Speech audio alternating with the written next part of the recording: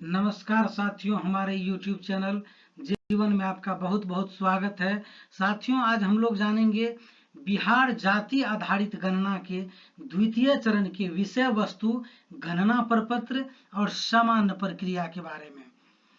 प्रथम चरण के आंकड़ों की प्रविष्टि। प्रथम चरण में 7 जनवरी 2023 से 21 जनवरी 2023 तक निम्न आंकड़े संक्षिप्त मकान सूची के प्रपत्र पर एकत्रित किए गए थे। नियमित आवास के परिवारों के लिए भवन संख्या, मकान संख्या, परिवार का क्रम संख्या, परिवार के मुखिया का नाम, परिवार के कुल सदस्यों की संख्या। बेघर परिवारों के लिए परिवार के मुखिया का नाम, परिवार में सदस्यों की संख्या। प्रथम चरण के सभी आंकड़े बिहार जाति आधारित गणना ऐप पर लॉगिन करने पर प्रगणक और पर्यवेक्षक को स्वतः उपलब्ध होंगे। प्रथम चरण के आंकड़ों की शुद्धता।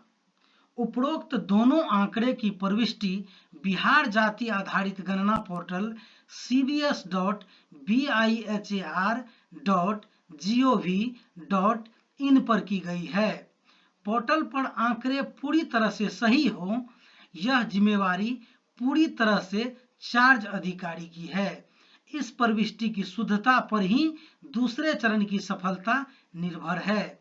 डाटा एंट्री कर लेने के बाद डाटा एंट्री ऑपरेटर पूरी तरह से संतुष्ट होकर प्रिंट निकालकर प्रगणक या पर्यवेक्षक द्वारा जमा किए गए संक्षिप्त मकान सूची की प्रति के साथ चार्ज अधिकारी को समर्पित करेगा। चार्ज अधिकारी द्वारा प्रिंट आउट और प्रगणक या पर्यवेक्षक द्वारा जमा किए गए संक्षिप्त मकान सूची का मिलान गणना कोषांग के कर्मियों से कराया जाएगा। प्रथम चरण के आंकड़ों की शुद्धता। चार्ज अधिकारी द्वारा यह भी जांच कर लिया जाना है कि पोर्टल पर लोकेशन विवरण सही है। प्रत्येक गणना या उपगणना ब्लॉक के साथ टैग किए गए प्रगणक और पर्यवेक्षक का नाम सही है। प्रगणक, पर्यवेक्षक तथा चार्ज अधिकारी के मोबाइल नंबर सही हैं। उपरोक्त में किसी प्रकार की त्रुटि पाए जाने पर तत्काल पोर्टल पर चार्ज अधिकारी द्वारा शुद्ध किया जाएगा। पोर्टल पर सभी आंकड़े शुद्ध कराकर प्रिंट आउट पर और पोर्टल पर आंकड़ों को अनुमोदित कर चार्ज अधिकारी द्वारा पोर्टल पर चार्ज अधिकारी के रजिस्टर किए गए मोबाइल नंबर पर OTP प्राप्त कर समर्पित किया जाएगा। एक बार पोर्टल पर आंकड़ों को समर्पित कर देने के बाद इसमें कोई भी संशोधन संभव नहीं हो सकेगा। अतएव आंकड़ों की पूर्ण जांच अति आवश्यक है। यही आंकड़े द्वितीय चरण में मोबाइल ऐप पर प्रगणक और पर्यवेक्षक को उपलब्ध होंगे। गणना द्वितीय चरण प्रपत्र। इस चरण में प्रत्येक परिवार या व्यक्ति के व्यक्तिगत, सामाजिक, शैक्षणिक एवं आर्थिक आंकड़े प्रपत्र और मोबाइल ऐप दोनों के माध्यम से एकत्रित किए जाएंगे। गणना प्रपत्र में परिवार से आंकड़े लेकर उस पर परिवार के प्रधान का हस्ताक्षर प्राप्त करने के उपरांत सभी आंकड़े मोबाइल ऐप में प्रविष्ट किए जाएंगे। मोबाइल ऐप से यह आंकड़ा स्टेट डाटा सेंटर के सर्वर पर एकत्रित होगा, जो बिहार जाति आधारित गणना पोर्टल पर देखा जा सकेगा। प्राप्त आंकड़ों का प्रसंस्करण और प्रतिवेदन या ग्राफ या विवरणी आदि का निर्माण भी इसी पोर्टल से होगा। गणना प्रपत्र और मोबाइल ऐप पर प्रत्येक परिवार के लिए एक ही क्रमांक होंगे। गणना के बाद सभी प्रपत्र को स्कैन कर मोबाइल के आंकड़े से टैग कर सॉफ्ट कॉपी में रख लिया जाएगा। गणना प्रपत्र इस टाइप का होगा।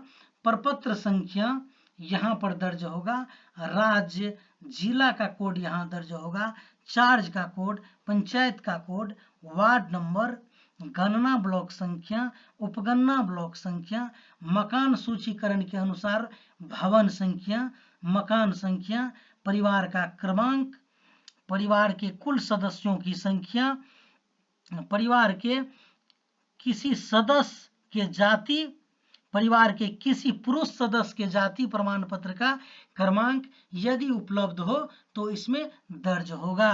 गांव या मोहल्ले का नाम, वर्तमान पता इसमें दर्ज किया जाएगा। पिन कोड संख्या यहाँ दर्ज किया जाएगा। राशन कार्ड संख्या, अगर राशन कार्ड निर्गत किया हो तो यहाँ पर दर्ज किया जाएगा। यहाँ पर जो आपका आंकड़ा संकलन दिख रहा है, इसमें परिवार के सदस्य का पूरा नाम होगा, इसमें उनके पिता या पति का नाम होगा।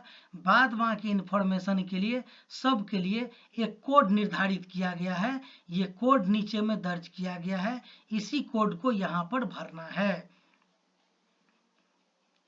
लोकेशन कोड विवरण, प्रपत्र संख्या, बार कोड, राज्य, जिला का कोड, चार्ज का कोड, पंचायत का कोड, वार्ड का कोड, गणना ब्लॉक संख्या, उपगणना ब्लॉक संख्या, भवन संख्या, मकान संख्या, परिवार का क्रम संख्या, परिवार में कुल सदस्यों की संख्या, वर्तमान पता, गांव या मोहल्ले का नाम, पिन कोड, राशन कार्ड संख्या यदि निर्गत हो तो, परिवार के किसी पुरुष सदस्य के जाति प्रमाण पत्र का क्रमांक यदि उपलब्ध हो तो। लोकेशन विवरण, प्रपत्र के इस भाग में राज्य के स्थान पर बिहार के अस्थायी निवासी के लिए बिहार भरा जाएगा, परंतु यदि व्यक्ति या परिवार किसी अन्य राज्य के हों तो उनका राज्य भरा जाएगा। यदि किसी व्यक्ति या परिवार द्वारा अपनी जाति का नाम जाति सूची में अंकित किसी जाति से अलग बताया जाता है तो उनका मूल राज्य पूछा जाएगा। प्रपत्र के इस भाग में जिला, चार्ज, पंचायत, वार्ड, गणना ब्लॉक, उपगणना ब्लॉक का कोड भरा जाना है। ये सभी कोड निर्देशिका में दिया गया है। ये सभी कोड मोबाइल ऐप में प्रगणक के लॉगिन के बाद उपलब्ध होंगे। मोबाइल ऐप को देखकर भी ये आंकड़े भरे जा सकते हैं। यदि मोबाइल ऐप एवं कोड निर्देशिका के आंकड़े में कोई अंतर हो तो तुरंत चार्ज अधिकारी को सूचित करना चाहिए। वर्तमान पता के स्थान पर मोहल्ला, टोला, रोड नंबर जैसी जानकारी ही लिखी जाएगी। यदि परिवार को राशन कार्ड निर्गत हो तो उसका नंबर अवश्य ही लिखा जाएगा। यदि परिवार के किसी पुरुष सदस्य के नाम से सक्षम प्राधिकार द्वारा निर्गत जाति प्रमाण पत्र उपलब्ध हो तो उसका क्रमांक भरा जाएगा।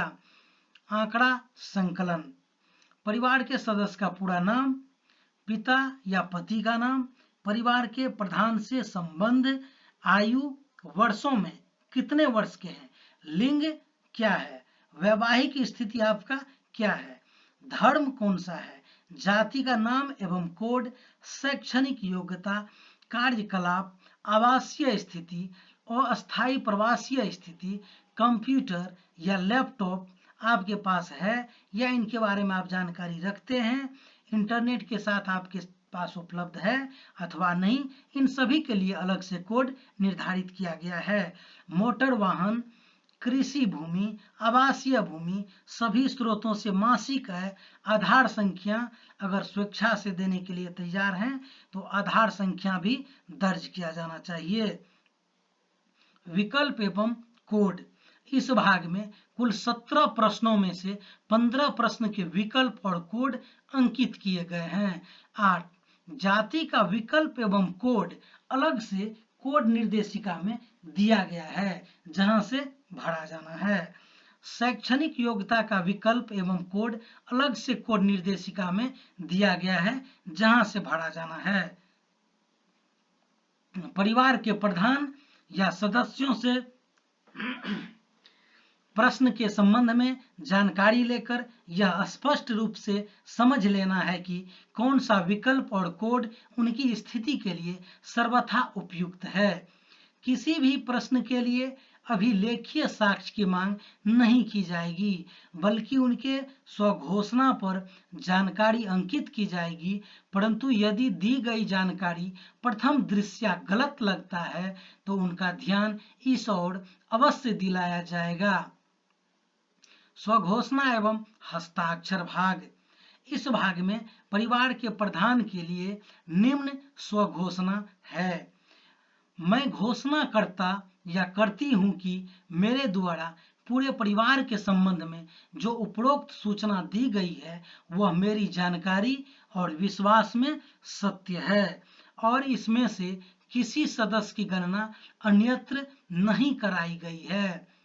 प्रगणक द्वारा परिवार में पहुंचकर आंकड़ा संकलन के पूर्व स्वघोषणा को जोर से पढ़कर परिवार और परिवार के प्रधान को सुना दिया जाएगा, ताकि परिवार के मात्र सदस्यों की सही गणना हो सके और किसी भी व्यक्ति या परिवार की एक से अधिक स्थानों पर गणना न हो। परिवार के प्रधान का हस्ताक्षर लेना है और उनका क्रम संख्या अंकित करना है। यदि परिवार का प्रधान साक्षर नहीं हो, पढ़ा लिखा नहीं हो सकता, पढ़ लिख नहीं सकता, तो प्रगणक द्वारा प्रपत्र की प्रविष्टि उन्हें पढ़कर सुनाई जाएगी और उनका अंगूठा निशान लिया जाएगा। प्रगणक को दिनांक सहित हस्ताक्षर करना है। पर्यवेक्षक को भी निरीक्षण के उपरांत दिनांक सहित हस्ताक्षर करना है। परिवार के प्रधान से क्या तात्पर्य है? परिवार के प्रधान से तात्पर्य उस व्यक्ति, पुरुष या महिला से होता है जिसे परिवार द्वारा इस रूप में मान्यता दी जाती है। परिवार का प्रधान आमतौर पर घर के दिन प्रतिदिन के मामलों के प्रबंधन में मुख्य जिम्मेदारियों का वहन करता या करती है और अपनी ओर से घरेलू मामलों में अंतिम निर्णय लेता है या लेती है, तो उन्हें ही परिवार का प्रधान कहा जाएगा। परिवार का प्रधान के लिए यह आवश्यक नहीं है कि वह घर का सबसे बुजुर्ग या सबसे अधिक कमाई करने वाला या पुरुष सदस्य हो। परिवार का प्रधान किसी भी लिंग का युवा व्यक्ति हो सकता है जिसे गणना के समय परिवार द्वारा प्रगणक और पर्यवेक्षक के प्रश्नों के उत्तर देने हेतु परिवार के द्वारा इंगित किया गया हो। प्रपत्रों के भरने के संबंध में, प्रपत्रों को भरने हेतु काली लीड वाली कलम का उपयोग किया जाएगा। इंक या जेल वाली कलम किसी भी परिस्थिति में उपयोग में नहीं लाई जाएगी। प्रपत्र देवनागरी लिपि में साफ साफ भरी जाएगी। अंकों के मामले में संशोधित अरेबिक न्यूमरल का उपयोग किया जाएगा। इस प्रकार भरा जाएगा कि शब्द एवं अंक बॉक्स से अंदर बॉक्स के किनारे को बिना छुए हुए ही रहे। संशोधित अरेबिक न्यूमरल निम्नवत है। आपको प्रैक्टिस शीट दिया गया है, कृपया शीट निकालकर प्रैक्टिस करें। सामान्य अनुदेश। प्रत्येक गणना प्रपत्र पर गणना प्रपत्र क्रमांक और उसका बारकोड मुद्रित है। भरे हुए गणना प्रपत्र का स्कैन किया जाना है। अतएव गणना प्रपत्र को मोड़ना, रोल करना या बारकोड पर कुछ लिखना वर्जित है। एक गणना प्रपत्र क्रमांक पर एक परिवार के आंकड़े का संकलन किया जाना है। परिवार से तात्पर्य व्यक्ति के उस समूह से है जो अस्थायी रूप से एक ही रसोई से भोजन करते हों। किसी भी परिस्थिति में एक व्यक्ति या परिवार की गणना एक से अधिक स्थानों पर नहीं की जाएगी। एक गणना प्रपत्र में परिवार के 15 सदस्यों के आंकड़े भरे जा सकते हैं। यदि किसी परिवार में सदस्यों की संख्या 15 से अधिक है तो उसके लिए कंटिन्यूड सीट का उपयोग किया जाएगा। जिला पदाधिकारी के द्वारा वैसे परिवारों की समीक्षा की जाएगी जिसमें 15 से अधिक सदस्य प्रतिवेदित हैं। समीक्षोपरांत ही कंटिन्यूड सीट चार्ज अधिकारी को जिला पदाधिकारी के स्तर से निर्गत किया जाएगा। द्वितीय चरण में वास्तविक गणना की जानी है, अतएव गणना स्थल पर उपलब्ध व्यक्ति या परिवार की गणना की जाएगी। प्रथम चरण में लिए गए आंकड़ों के हिसाब से परिवार उपलब्ध हो और सभी आवश्यक आंकड़े एकत्रित कर लिए जाएंगे। यदि आकस्मिक कारण से कोई व्यक्ति परिवार उपलब्ध नहीं हो तो पुनः भ्रमण किया जाएगा। यदि कोई व्यक्ति या परिवार अस्थायी रूप से प्रवासी हो तो मोबाइल पर यह सुनिश्चित कर लेने के बाद कि उनका या उनकी गणना किसी दूसरे स्थान पर नहीं हुई है, वीडियो कॉल के माध्यम से प्रश्न पूछकर प्रपत्र भरा जाएगा। यदि प्रश्न या यदि प्रथम चरण के भवन संख्या और मकान संख्या पर अब कोई परिवार नहीं रहता है तो उसकी गणना नहीं की जाएगी। प्रपत्र पर परिवार यहाँ नहीं रहता है अंकित किया जाएगा। मोबाइल ऐप पर भी यही विकल्प चुना जाएगा। प्रथम चरण में सर्वेक्षण किए गए किसी परिवार में यदि किसी सदस्य की मृत्यु हो गई या कोई सदस्य अस्थायी रूप से प्रवासी हो गया तो उनका आंकड़ा प्रपत्र में नहीं भरा जाएगा। मोबाइल ऐप में प्रावधानित विकल्प चुना जाएगा। प्रथम चरण के बाद नए नाम के रूप में मात्र बच्चे के जन्म या नई बहू का नाम जोड़ा जा सकता है। यह गणना सीधे पर्यवेक्षक द्वारा की जाएगी। ये जोड़े गए नाम अलग रंग में चार्ज अधिकारी को दिखेंगे जो उनके द्वारा जांच किया जाएगा। प्रथम चरण के भवन संख्या और मकान संख्या में कोई नया परिवार रहने आ गया हो या प्रथम चरण के बाद कोई नया भवन या मकान बन गया हो और उसमें नया परिवार अस्थायी रूप से रहने आ गया हो तो उसकी गणना की जाएगी। इस परिवार के प्रथम चरण के चार्ज पदाधिकारी से संपर्क कर वहां का आंकड़ा डिलीट कराया जाएगा। प्रथम चरण में जिस प्रगणक या पर्यवेक्षक द्वारा जिस गणना उपगणना ब्लॉक में कार्य किया गया है उसे बदला नहीं जाएगा। यदि चिकित्सीय या अपरिहार्य कारण हो तो जिला पदाधिकारी से लिखित स्वीकृति प्राप्त कर की जाएगी। गणना कार्य समाप्त होने के बाद 1 जून 2023 तक चार्ज अधिकारी द्वारा भरे गए गणना प्रपत्र, खाली गणना प्रपत्र और चार्ज रजिस्टर की प्रति वाटर प्रूफ पैकिंग में जिला स्तर पर जमा किया जाएगा जो सामान्य प्रशासन विभाग को पहुंचाया जाएगा। वैसे गणना प्रपत्र जिनमें जाति के कॉलम में अन्य कोड 215 भरे गए हैं उनकी अलग पैकिंग की जाएगी। बिहार जाति आधारित गणना ऐप, ये मोबाइल ऐप है। यहाँ पर आप मोबाइल नंबर, यहाँ पासवर्ड दे करके यहाँ चेक पर क्लिक करेंगे, यहाँ चेक ऑप्शन आएगा, या तो यहाँ आप मोबाइल नंबर या पासवर्ड दे करके लॉगिन पर क्लिक करेंगे। पोर्टल से प्राप्त परिवार का आंकड़े इस प्रकार आपको मोबाइल पर शो होगा। मोबाइल ऐप के बारे में अलग से वीडियो में बनाऊंगा जिसमें इन सभी के बारे में डिटेल से बताया जाएगा। बिहार जाति आधारित गणना app BIJAGA Google play store पर उपलब्ध होगा जिसे डाउनलोड किया जा सकता है। बिहार जाति आधारित पोर्टल पर रजिस्टर किया गया मोबाइल नंबर ही यूजर आईडी का काम करेगा। पहली बार पासवर्ड उपलब्ध कराया जाएगा जिससे लॉगिन कर OTP प्राप्त कर पासवर्ड बदल लिया जाएगा। मोबाइल ऐप पर प्रगणक को लोकेशन विवरण प्रत्येक परिवार के लिए पहले से भरा मिलेगा। प्रपत्र संख्या या तो एंट्री की जा सकती है या बार कोड को स्कैन कर भरा जा सकता है। प्रगणक द्वारा प्रत्येक दिन प्रविष्टि किए गए आंकड़े अगले दिन पर्यवेक्षक को उपलब्ध हो जाएंगे। पर्यवेक्षक द्वारा निरीक्षण के उपरांत समर्पित किए गए आंकड़े पोर्टल पर चार्ज अधिकारी को प्राप्त हो जाएंगे। पर्यवेक्षक द्वारा निरीक्षण के उपरांत समर्पित किए गए आंकड़े पोर्टल पर चार्ज अधिकारी को प्राप्त हो जाएंगे। सहायक चार्ज अधिकारी द्वारा जाति प्रविष्टि की संपुष्टि की जाएगी, तब चार्ज अधिकारी द्वारा आंकड़ों को संपुष्ट कर रजिस्टर किए गए मोबाइल पर OTP प्राप्त कर पोर्टल पर आंकड़ा समर्पित किया जाएगा। यह सभी आंकड़ा अनुमंडल अधिकारी के पोर्टल पर उपलब्ध होगा। उनके द्वारा यह भी उनके द्वारा भी सभी आंकड़े को संपुष्ट कर रजिस्टर किए गए मोबाइल पर ओटीपी प्राप्त कर पोर्टल पर आंकड़ा समर्पित किया जाएगा। यह आंकड़ा जब जिला पदाधिकारी के पोर्टल पर उपलब्ध होगा, उनके द्वारा भी सभी आंकड़े को संपुष्ट कर रजिस्टर किए गए मोबाइल ओटीपी प्राप्त कर पोर्टल पर आंकड़ा समर्पित किया जाएगा।